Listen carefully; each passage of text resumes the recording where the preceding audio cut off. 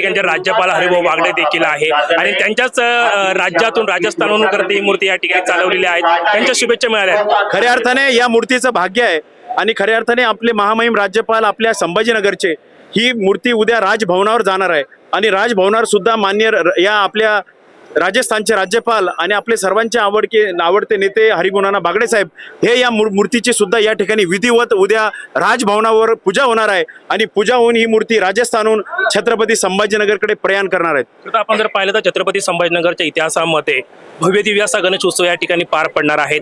10 दिवसांमध्ये कोणाकोणाची प्रमुख उपस्थिती या ठिकाणी असणार? खऱ्या अर्थाने या 10 दिवसामध्ये राज्याचे मंत्री महोदय असतील, आम्ही मुख्यमंत्री साहेबांना या ठिकाणी निमंत्रण सुद्धा दिलेलं आहे आणि राज्याचे मुख्यमंत्री असतील, महाराष्ट्राचे विविध मंत्री असतील, आपल्या जिल्ह्याचे पालकमंत्री असतील, त्या सावे साहेब असतील, सिरसाट साहेब असतील, खासदार आमदार सगळ्यांचं या मूर्तीला खऱ्या अर्थाने दर्शनासाठी येणार आहेत।